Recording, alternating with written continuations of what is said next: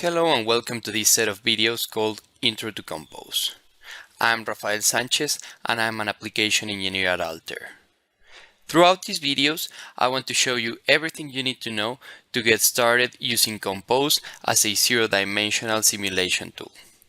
That is, we'll go over the fundamentals of Compose's main language, OML, but also we're going to learn how to navigate through Compose's user interface, how to launch it, how to script in other languages, and how it all fits together. Specifically, first I want to give you an introduction on what Altair Compose is, its user interface, and how you can launch it from your computer.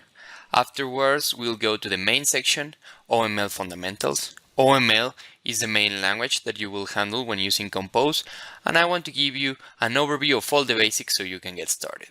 Afterwards, we'll go on about how to use Compose with Python as the scripting language, and some other aspects as well.